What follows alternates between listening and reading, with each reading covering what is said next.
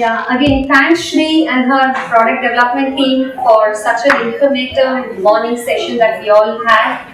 And thank you all for joining us in this session today. The interesting part of this session, here I have 3 of my top-notch customers today as part of this panel discussion. I'm not going to do much of an introduction about them, they will do it themselves, but a very, very quick intro. Mark Thomas, with whom we started our journey. Kovaion is an organization in 2011. Mr. Ganesh Ram from the Karnataka Bank, where we have recently completed a PeopleSoft innovation. Mr. Rama Chandra from Pilani, where we did an innovation last year. So, what's going to be the focus of today's session is what has been their transformation on their PeopleSoft application over the past years, because all of them have been using PeopleSoft for a very, very long time. So how has the last upgrades actually worked well with them? What has been their transformations? And what do they look forward to strategically, with all advancements happening in PeopleSoft world and PeopleSoft being close to heart to most of us sitting in this room. So what has been the strategy that they are looking forward to in the future years to come is going to be the focus. So I don't want to take much of your time. Over to you, Mr. Mark, for your own introduction. Hi everyone, my name is Mark Thomas. I'm UK IT Director at Hayes Specialist Recruitment.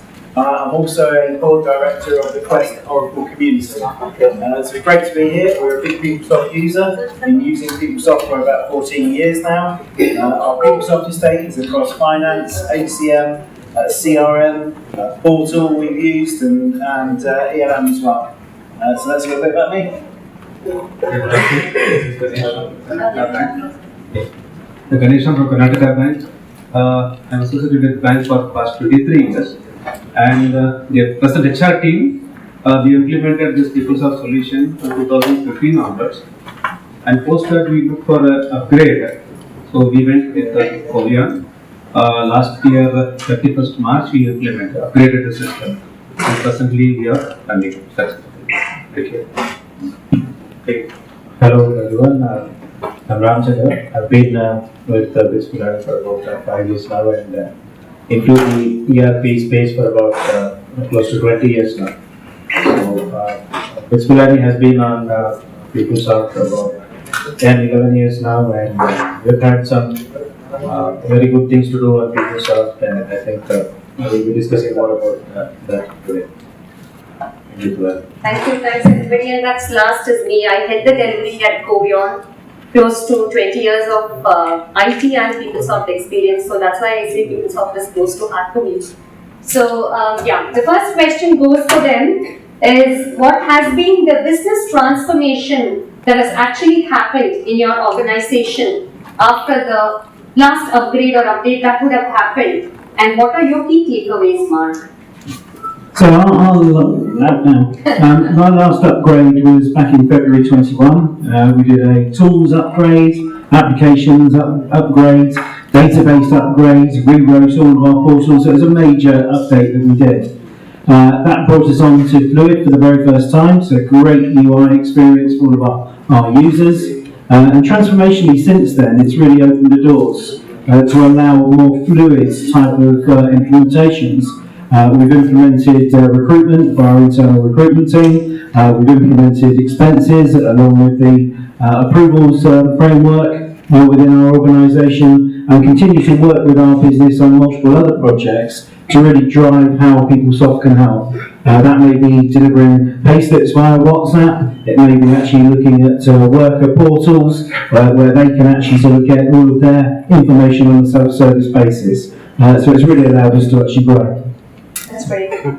So, Karnataka Bank, basically we are a financial institution, banking business, so as everybody knows, a lot of restrictions from regulatory entities, all those things to be taken care of. So, we went for a total upgrade, right from tools, database, and we were successfully good for the upgrade. It was a smooth transition, and as we are getting over IBA regulatory body, so all the absence management aspects needs to be taken care of. So we are moving towards that one. and we are planning for this one, moving to the from customization to the configuration level story. And recently, we have taken up our new tax regime project, which was there by the government of India, so that we have taken up, and we're rolling out for the current next financial year. Right, so it was also a major update for us. We were somewhere on People Tools 848 and application 8.9, and then we decided that we should upgrade to the latest version. So, yeah, it was a big decision for us, and it was the first time we also had our users look at the Fluid interface and a lot of other workflows and approvals in Fluid. So it was from the business transformation side, I would say, like any university, we also had problems with adoption where users were not, they didn't really like, for that matter, any user does not like the user interface of the ERPs. Right, so it doesn't look so great, but with the Fluid coming in, the adoption rate with the users has really increased. And we were able to bring in a lot more processes into the system, a lot more workflows we were able to configure and deliver within a very short time frame. That's one major business transformation. And the other one we have seen a lot of impact is we were able to cut down on a lot of customizations. We've also tried to move a lot of customizations, invasive customizations into configuration. So now over the years, we definitely see a lot of value for that, because we don't have to maintain these customizations like we had to maintain them. Yeah, it was great, and the upgrade really had transformed our business into a totally different one, and the users now have a really different outlook for the ERP they use. That's very nice to hear, isn't it? So yeah, I remember Ram dropping a message to us after the upgrade and after the first registration of the student community happening, that they were thrilled, and with probably very minor hiccups, things went off very well for Pilani. Thank you, Ram. Yeah, the next kind of a question that we would like to discuss is, what do you think, Mark, is going to be your cloud transformation strategy from the perspective of Hayes? Yeah, so for Hayes, we're a big on-prem shop. So we've been on-premise for the whole of our journey, for the whole of the 14 years.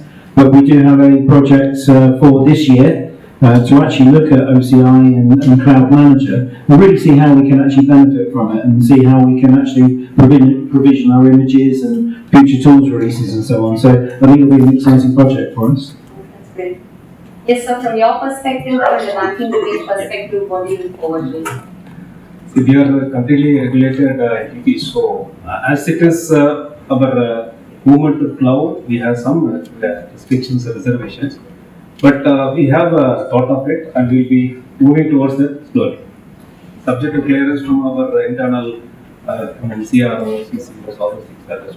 Getting the approvals is very difficult. Being in banking. Yeah, but Pilani is already on OCI, so what next you're looking forward to on your cloud transformation strategy, Ram? So before I talk about that, I would like to touch upon why we actually wanted to move our ecosystem onto cloud, and we had to deal with a lot of vendors when we were on-prem, and there are hardware vendors, there is someone who takes care of the data security, there is also a PSA, DBA and stuff. So it was actually not a very easy task for us to handle so many vendors and keep track of our system, and sometimes we felt we didn't have control of the system. So we had to take a very major decision to move on to Oracle Cloud even before the upgrade. So that was again something challenging. So we did a lot of deliberation about what first, the upgrade first or the cloud move first. But then we identified some benefits of the cloud first, even before the upgrade had to happen. Right. So yeah, now talking about where we are on OCI, we had a chance to leverage a lot of services available on OCI, like the analytics cloud, and also we're also trying to use the cloud manager of late. So moving on to cloud has really opened doors for us to start using a lot of platform services that Oracle has to offer on cloud. And what we are now looking at is to we're trying to create an initiative where we look at what the cloud first initiative.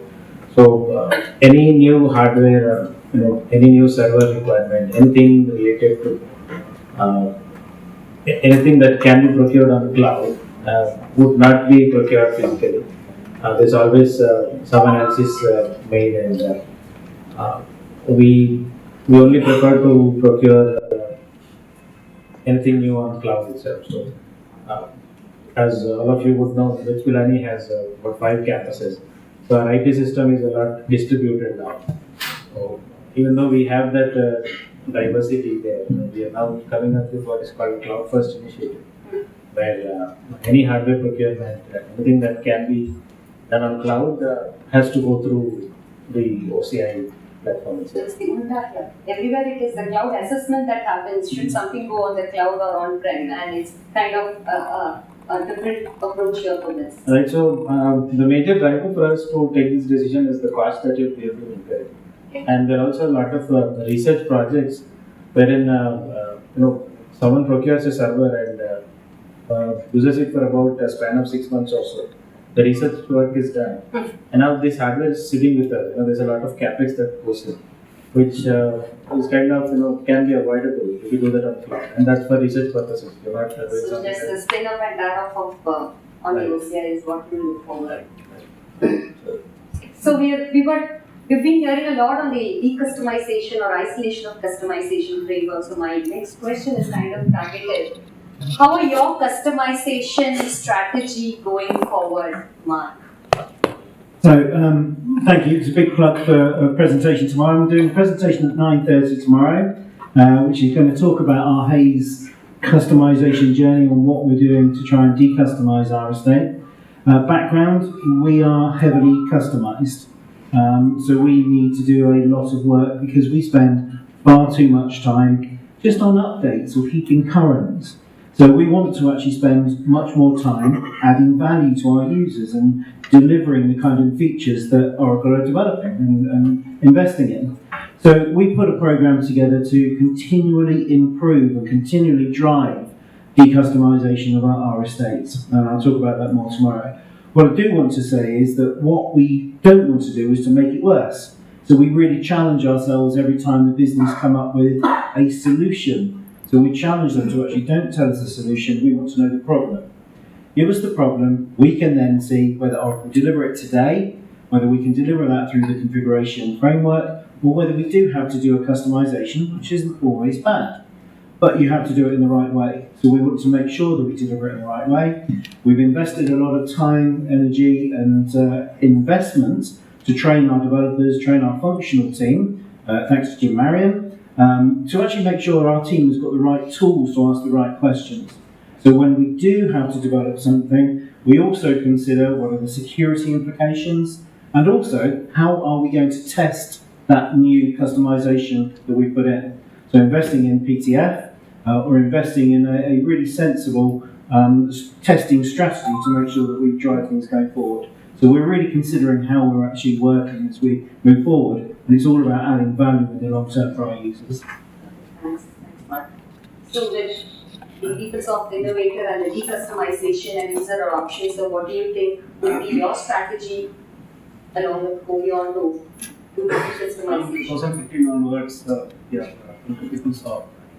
And basically, we as a related PT, we have a lot of things to comply with. So the product is taken in total and it is completely customized. So a lot of issues right from the day one onwards with the modules, that is 2015 onwards.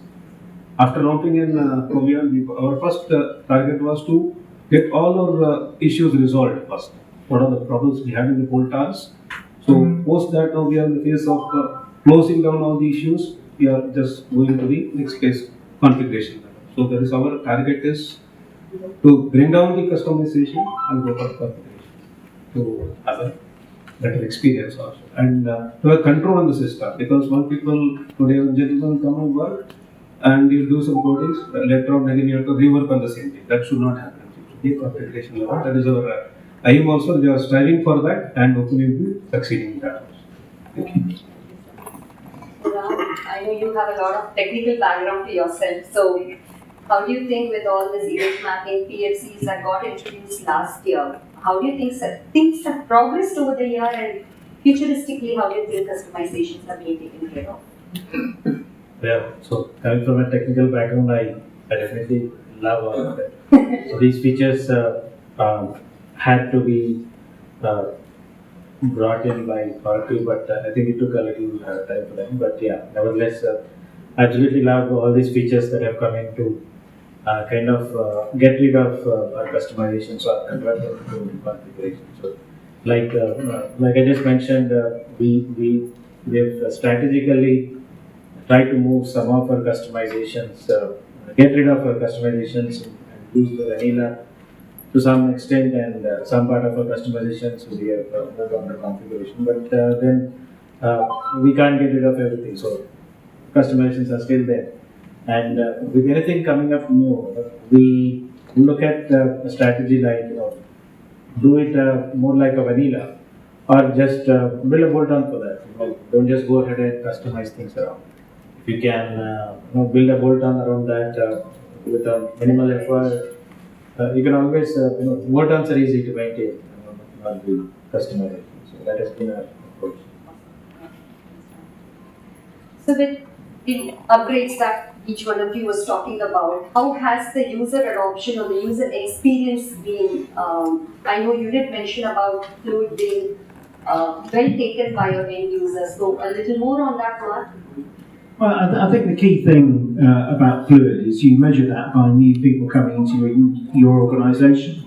How quickly can they adopt new products? And our new users that are coming into Hays quickly understand the products, can actually navigate around it, it's very intuitive. So the adoption is very, very good. The one thing we are delighted to hear though is that breadcrumbs are coming back. So thank you. So Ganesh Ram sir, how do you feel about your end users? User experience, as everybody knows, from the banking perspective, people they don't take anything on the first go itself. They need to check before taking it. So parallelly, we are having both the options, classic menu as well as the Fluid option. And our main intention is to provide this HRM solution to mobile devices. We are into that aspect and we are in the UAT phase. Probably by this month and it will be rolling out for that one also. So with that, I think our target is to be our staff members will be able to access our HRMs on the mobile. So that is the target in going to that. Experience is good and feedback is positive. Awesome, sir. Thank you. Yeah. Your perspective. Yeah. So yeah, it's a similar way also. The experience with users has been very delightful. They like it, and we have taken an approach where we only move the self-service modules to Fluid, the admin and other stuff is still in classic. So that's how we are able to go ahead with the classic production. But yeah, eventually after the upgrade and people are now adopting more features in the system. Now people want us, the users come to us to implement more functionality, anything they want. They always, that readiness has come up now compared to what is there. So this is what I planned for the session. We wanted to hear it out from the customers, but I want to kind of give an opportunity in case anybody from the audience has any question to be thrown to our customers on their journey, on their adoption, on their strategy.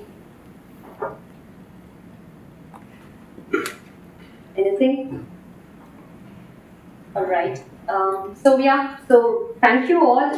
This has been a very informative session, of course, definitely for me, having my customers here, having my first customer, having my latest customers, having my PeopleSoft innovators here on this panel. Thank you all for showing your patience and Thank you, Mark. Thank you, Ganesh sir. Thank you, Ram, for your presence here. All the three are people of the